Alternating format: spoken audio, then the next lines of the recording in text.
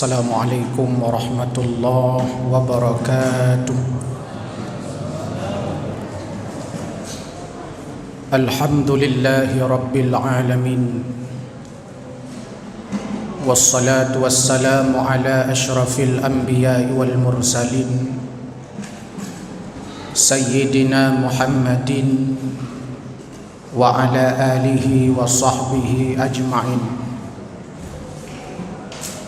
Allahumma salli ala Sayyidina Muhammad wa ala alihi wa sahbihi wa man tabi'ah ila yaumil qiyamah. Rabbi shrah li sadri wa yassir li amri wahlul 'uqdatam min lisani yafqahu qawli. Amin ya rabbal alamin. Hadirin wal hadirat, muslimin wal muslimat, hamba Allah jamaah subuh yang dimuliakan Allah Subhanahu wa ta'ala. Dalam kitab Tanbihul Ghafilin karya Abu Nasir bin Muhammad bin Ibrahim As-Samarqandi,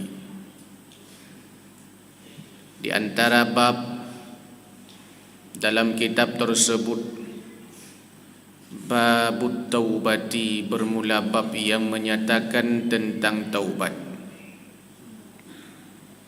Di awal bab diurai dan dinukil oleh Syekh As-Samarqandi kisah Wahsy bin Harb.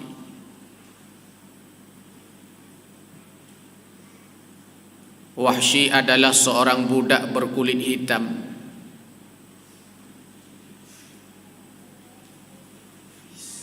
Kisahnya sangat heroik, baik sebelum masuk Islam maupun setelah masuk Islam. Paman Wahsy ini wafat, mati, tewas di dalam perang Badar. Di antara yang membuat pamannya meninggal adalah berhadapan dengan Hamzah bin Abdul Muttalib dalam perang Badar.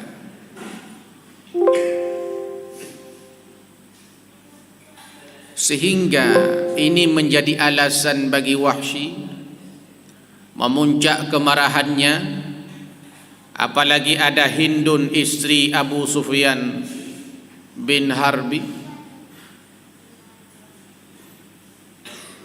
Dia mengatakan bahawa siapa orang yang bisa membunuh Hamzah bin Abdul Muttalib, maka akan ku memerdekakan bila ia seorang budak. Inilah yang membuat Wahsy amat bersemangat untuk balas dendam terhadap Hamzah bin Abdul Muttalib, paman Nabi sallallahu alaihi wasallam. Maka ketika terjadi perang Uhud, Wahsy bersiap-siap siaga dan semangat amat luar biasa dengan ragam latihan memanahnya, dengan latihan menombaknya, dengan target Hamzah bin Abdul Muttalib wafat. Singkat kisah, hadirin yang dimuliakan Allah Subhanahu wa ta'ala, kisah perang Uhud yang amat heroik itu, yang mengalahkan umat Islam. Di antara yang syahid adalah Hamzah bin Abdul Muttalib, ditombak oleh Wahsy.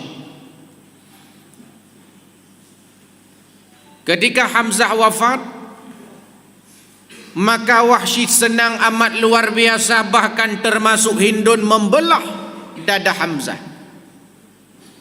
Diambil hatinya, lalu dimakan, mau ditelan, lalu diletakkan kembali karena memang enggak bisa ditelan. Tapi inilah manusia, dia pernah kelam, dia pernah berdosa, dia punya salah sebelum ia masuk Islam. Tapi dalam perjalanannya Wahsy ini mendapatkan hidayah daripada Allah Subhanahu wa taala. Dia kirim surat kepada Rasulullah ketika Rasul berada di Madinah, menyampaikan keinginannya untuk masuk Islam. Tapi di dalam kitab tersebut dikisahkan,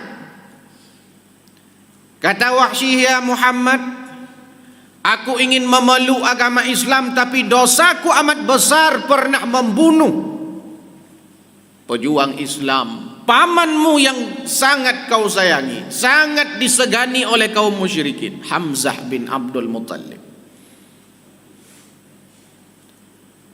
Bagaimana aku mau bertaubat, ya Muhammad? Bagaimana aku mau masuk Islam kalau seandainya ada ayat-ayat Al-Quran yang menghalangiku untuk masuk Islam? Mana ayat yang menghalangimu masuk Islam? Karena Allah Subhanahu wa taala berfirman di dalam Al-Quran, allati harramallahu illa bil haqq wa la yaznun wa man yaf'al dzalika. Orang-orang yang menyekutukan Allah, orang-orang yang membunuh kecuali dengan jalur yang benar, bila ia melakukan dua perkara itu maka sungguh azab Allah Subhanahu wa taala amat luar biasa di akhirat nanti. Ya Muhammad, aku pernah membunuh Hamzah bin Abdul Muttalib tanpa sebab, tanpa alasan, bukan dengan cara yang benar. Aku ingin masuk Islam, sedangkan ayat ini menghalangiku untuk masuk Islam. Ayat ini menghalangiku untuk bertaubat kepada Allah Subhanahu wa taala. Karena Allah sudah menjanjikan orang-orang yang menyekutukannya dan juga orang-orang yang membunuh dengan cara-cara yang batil, maka sanksinya adalah azab Allah. Lalu kata Rasul, jangan takut, ada ayat yang lain. Memang ayat itu Allah perintahkan bahwa orang-orang yang menyekutukan Allah, orang-orang yang membunuh dengan cara yang batil, Allah akan mengazabnya. Tapi ada ayat yang lain, illa man taba, kecuali orang-orang yang mau bertaubat. Orang-orang yang mau bertaubat, wa amila salihan, lalu orang-orang yang mau beramal saleh, maka pasti bila ia masuk Islam, bertaubat kepada Allah Subhanahu wa taala, akan diampuni dosanya. Kata Wahsy, ya Muhammad, ayat ini masih ada syaratnya. Apa syaratnya? Dosaku baru diampuni oleh Allah bila aku bertaubat, lalu bila aku beramal saleh. Lantas bagaimana kalau seandainya aku tidak sempat bertaubat, tak sempat beramal saleh? Bagaimana dosaku itu bisa diampuni begitu besar?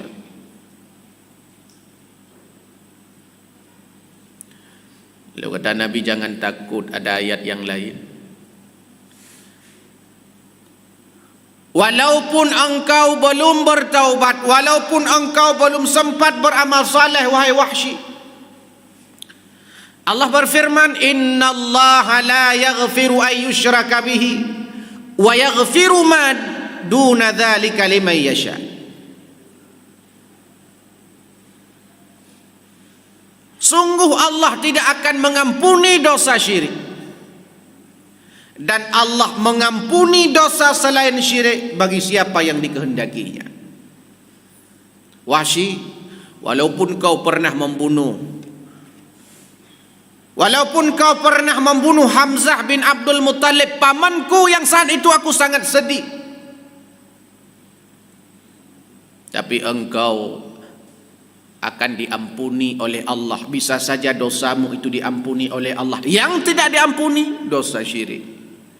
Tapi kau pernah membunuh Hamzah, Allah bisa saja untuk mengampuninya bagi siapa yang dikehendaki. Kata Wahsy, ya Muhammad, ayat ini ada syaratnya, baru diampuni bagi orang-orang yang dikehendaki. Sedangkan aku tidak tahu apakah aku termasuk orang yang dikehendaki oleh Allah untuk diampuni atau tidak.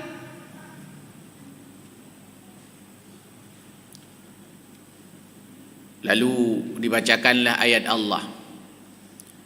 Ya ibadiyalladzina asrafu ala anfusihim wala taqnatu min rahmatillah innallaha yaghfiru dzunuba jami'a. Hai hamba-hamba, ya ibadiyalladzina asrafu ala anfusihim, hai hamba-hamba yang berlebih-lebihan terhadap diri kalian sendiri, hai hamba-hamba yang berdosa, hai hamba-hamba yang punya salah, hai hamba-hamba yang banyak dosa, hai hamba-hamba yang telah menzalimi dirimu sendiri, la taqnatu min rahmatillah, jangan putus asa terhadap rahmat Allah. Innallaha yaghfiru dzunuba jami'a, sungguh Allah akan mengampuni seluruh dosamu. Allah mengatakan bahwa jangan putus asa terhadap rahmat Allah. Wahsy, sebesar apapun dosamu, sebanyak apapun kesalahanmu, sebanyak buih di lautan akan noda yang melekat pada badanmu, engkau pernah membunuh Hamzah bin Abdul Muttalib, engkau pernah berbuat syirik kepada Allah Subhanahu wa ta'ala, engkau pernah menghalangi perjuangan agama Islam dikembangkan di Mekah pada saat itu, semuanya akan diampuni Allah Subhanahu wa ta'ala. Jangan pernah putus asa terhadap rahmat Allah, karena yang putus asa terhadap rahmat Allah adalah iblis. Bahkan Allah menyebutkan innallaha yaghfiru, Allah mengampuni dosa hambanya terus menerus, continue sampai.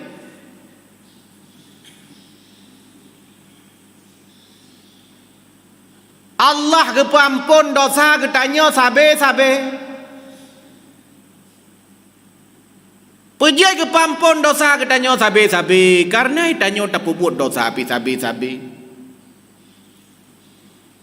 Yaghfiru mutakarrir, fi'lul mudhari' berulang-ulang.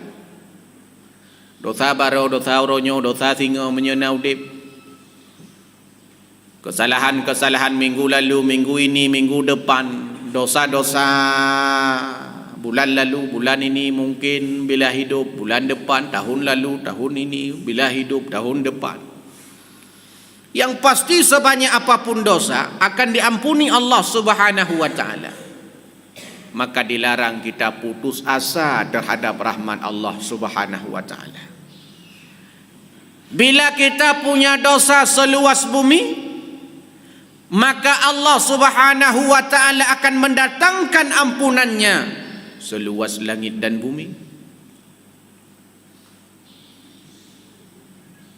Bila kita berbuat dosa berjalan, maka Allah akan berlari menyambut akan taubat-taubat kita. Maka perintah Allah dalam Al-Quran, wasari'u ila maghfiratin min rabbikum, bersegeralah, baik lale, baik lambat, baik lalau. Wasari'u, bersegera. Bagah-bagah punya bahasa Aceh. Bagah-bagah untuk mengharap rahmat Allah, mendapatkan ampunan Allah. Bagah-bagah. Kagak iwa bagah-bagah mentang lambat dia. Mata pesawat tajak Medan, tajak Bandar, tajak Jakarta, wadai kun panggilan terakhir. kepada bapa dan ayah untuk segera memasuki pesawat terbang. Menyamanya hana tajak bagah-bagah paju pesawat. Ini kan perintah wasari'u ila maghfiratin, bersegera. Bek lale, bek lambat. Tapi pada nala dorong lambat, lale.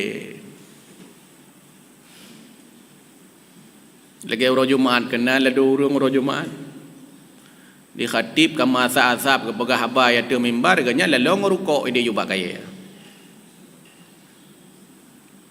Habis rukuk dua bungko. Baru tamang masjid. Ko imam Allahu akbar baru kita tamang nyan preh ayat lemnya panjang ayat ke preh ada habis rukuk tiba ada. Dia Allahu akbar ke rukuk ko imam baru kita tamang dalam sembahyang. Kadang ada orang-orang seperti ini. Tidak bersegera, sehingga orang-orang kafir lalu mereka masuk Islam, maka dosa-dosa yang pernah mereka lakukan selama hidupnya, selama dalam kekafirannya, Allah Subhanahu wa ta'ala mengampuninya. Sama seperti Wahsy, bahkan para sahabat Nabi. Ada para sahabat Nabi yang hidupnya dulu kelam, banyak dosa, banyak noda.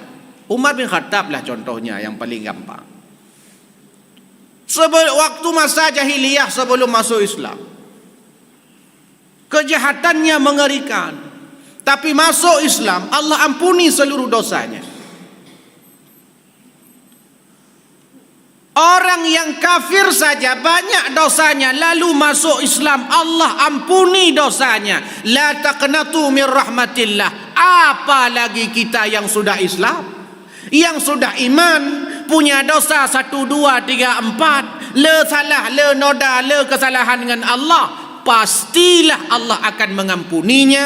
Illa man taba, bila kita mau bertaubat kepada Allah, wa amila salihah, dan mau beramal saleh. Wahsy menjadi contoh barang dalam hal ini, bahwa Allah Subhanahu wa ta'ala akan mengampuni dosa siapa saja. Sebesar apapun dosanya, Allah akan mengampuninya bila ia mau bertaubat kepada Allah Azza wa Jalla. Mudah-mudahan menjadi refleksi dan muhasabah bagi kita sekalian, bahwa tidak ada dosa yang tidak akan diampuni Allah Subhanahu wa ta'ala. Yang tidak diampuni adalah dosa-dosa yang kita kerjakan dengan penuh kebanggaan dan kesombongan. Maka Ibnu Athaillah As-Sakandari mengatakan, kemaksiatan yang dilakukan dengan penuh kehinaan itu lebih baik daripada kebaikan yang kita lakukan penuh kesombongan dan kebanggaan. Mudah-mudahan ibadah kita benar-benar karena Allah Subhanahu wa ta'ala. Amin ya rabbal alamin. Subhanakallahu wa bihamdik, asyhadu an la ilaha illa anta astaghfiruka wa atubu ilaik. Assalamualaikum warahmatullahi wabarakatuh.